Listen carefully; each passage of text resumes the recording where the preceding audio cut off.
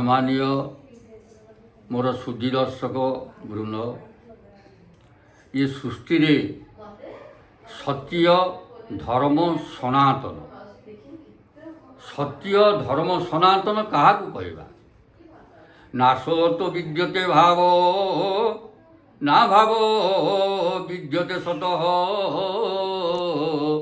ଉଭୟରୋପି ଦୁଷ୍ଟାନ୍ତ ସ୍ତୋନୀୟ ତତ୍ତ୍ୱଦର୍ଶୀ। ଏ ସୃଷ୍ଟିରେ ଅସତ ଶବ୍ଦର ତିନି କାଳରେ ଅସ୍ତିତ୍ୱ ନାହିଁ, କିନ୍ତୁ ସତ୍ ଶବ୍ଦର ତିନି କାଳରେ କ୍ଷୟ ନାହିଁ। ତାହେଲେ ସତ୍ ବସ୍ତୁ କିଏ? ନା ନାଶୋ ତ ବିଦ୍ୟତେ ଭାବ, ନା ଭାବ ବିଦ୍ୟତେ ସତଃ, ଉଭୟରୋପି ଦୃଷ୍ଟାନ୍ତ ସ୍ତୋନୀୟ ତତ୍ତ୍ୱଦର୍ଶୀ। ବି ତତ୍ତ୍ୱଦର୍ଶୀ ବ୍ୟତୀତ ଅନ୍ୟ କୌଣସି କେହି ଜାଣିପାରିବାନି। ଏ ଅନନ୍ତ ନାମେ ଅନ୍ତ ନାହିଁ ମୋହର, ମାୟାରେ ମୁଢ଼ରଇ ଶରୀର। ମୁଁ ଅନନ୍ତ, ଅନନ୍ତ ଯସ୍ୟାନ୍ତନାଦି ମଧ୍ୟେ ନୈକର ଚरणं, ନାମ ଗୋତ୍ରଂ ন ସୂତ୍ରଂ,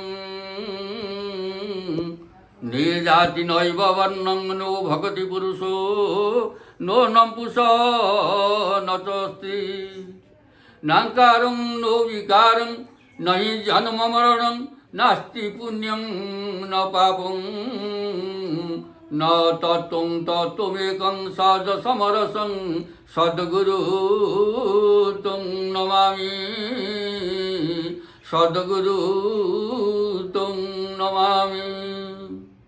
ଯାହାଙ୍କର ଆଦି ନାହିଁ ଅନ୍ତ ନାହିଁ, ତିନି କାଳରେ ବିନାଶ ନାହିଁ, ଜନ୍ମ ନାହିଁ ମରଣ ନାହିଁ, ଜାତି ନାହିଁ ଗୋତ୍ର ନାହିଁ, ପାପ ନାହିଁ କି ପୁଣ୍ୟ ନାହିଁ, ବିକାର ନାହିଁ କି ଆକାର ନାହିଁ, ଏମନ୍ତ ଯିଏକି ପରମାତ୍ମା ଜଗନ୍ନାଥ। ବୋଲ ଆନନ୍ଦିକ ବାର ହରି ବୋଲ। ତାହେଲେ ସେ ଜଗନ୍ନାଥ ପ୍ରଭୁ ଇଏ ଜଗତରେ ଜ୍ଞାନ ସଦୃଶ୍ୟ କୌଣସି ବାକ୍ୟ ନାହିଁ, କିନ୍ତୁ ଆମ୍ଭେମାନେ ତାଙ୍କୁ ବୈଦିକ ମତରେ ଆମେ ବୁଝୁଥାଏ। ଇଏ ବୈଦିକ ମତ କେବଳ ଭକ୍ତମାନଙ୍କୁ ମାର୍ଗଦର୍ଶନ, ଏଥିରେ ଦୁଃଖ ସୁଖ ରୋଗ ବୈରାଗ୍ୟ ସମସ୍ତ ପ୍ରକାର ଜଡ଼ି ରହିଛି ବୈଦିକ ଜ୍ଞାନରେ, କିନ୍ତୁ ଦୈବୀ ଜ୍ଞାନରେ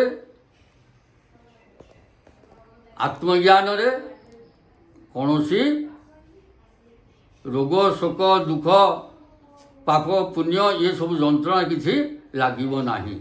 ସଦାବେଳେ ଭକ୍ତ ସୁଖମୟରେ ଥିବ। ଏ ହେଉଛି ଦୁଇ ପ୍ରକାର ଜ୍ଞାନ, ଗୋଟେ ବୈଦିକ ଜ୍ଞାନ, ଗୋଟେ ଆତ୍ମଜ୍ଞାନ, ଆଧ୍ୟାତ୍ମ ଜ୍ଞାନ।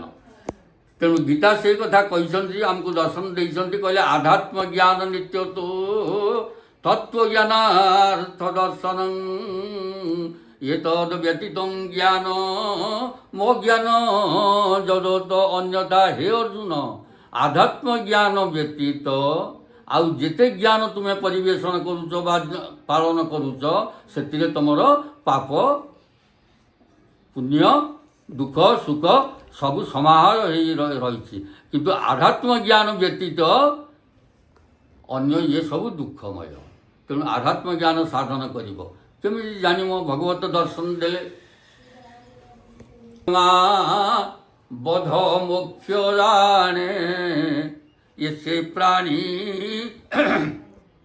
ପଣ୍ଡିତ ବଖାଣେ ଏ ଦେହକୁ ବୋଲେ ବନ୍ଧୁ ଘର, ଏହା ଯେ କରେ ଅହଙ୍କାର, ତାହାକୁ ମୂର୍ଖ ବୋଲି କହି ଶୁଣ ଉଦ୍ଧବ ମନ ଦେଇ।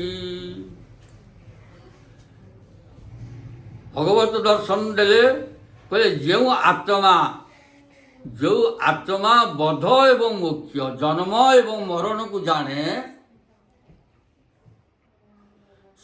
ସେଇ ପ୍ରାଣୀ କେବଳ ପଣ୍ଡିତ। ଏ ସଂସାରରେ ସେଇ ବ୍ୟକ୍ତି ହେଉଛନ୍ତି ପଣ୍ଡିତ, ଆଧ୍ୟାତ୍ମ ଜ୍ଞାନବାଦୀ, ଯେଉଁମାନେ ତତ୍ତ୍ୱକୁ ଦର୍ଶନ କରିଛନ୍ତି ବା ତତ୍ତ୍ୱ ଉପରେ ଯେଉଁମାନେ ଚାଲିଛନ୍ତି ସେ ତତ୍ତ୍ୱଦର୍ଶୀମାନେ ହେଉଛନ୍ତି ପଣ୍ଡିତ। ଆଉ ଅନ୍ୟମାନେ କେହି ପଣ୍ଡିତ ନୁହନ୍ତି। ସେମାନେ ଭୌତିକ ଜ୍ଞାନ ଏବଂ ଆମମାନଙ୍କୁ ସବୁ ନଷ୍ଟର କାମନାର ବଶବର୍ତ୍ତୀରେ ଇଏ ଆମକୁ ମାର୍ଗଦର୍ଶନ କରାଉଛନ୍ତି। କିନ୍ତୁ ଏମାନଙ୍କୁ ପଣ୍ଡିତ କୁହନ୍ତିନି କି ଏମାନଙ୍କୁ ଜ୍ଞାନୀ କୁହନ୍ତି ନାହିଁ। ଯେ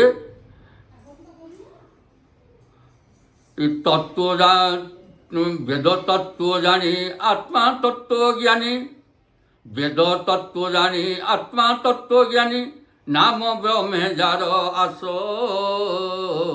ଇଏ ବ୍ରହ୍ମଦର୍ଶୀ ସେଇ ଅବଶ୍ୟ ଅଟଇ ପ୍ରଭୁଙ୍କର ରାସ।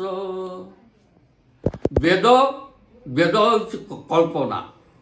ବେଦ କଳ୍ପନା, କବିମାନଙ୍କର କଳ୍ପନା ଜନିତ ଲୋକମାନଙ୍କୁ ମାର୍ଗଦର୍ଶନର ପଥ ହେଉଛି ବେଦ।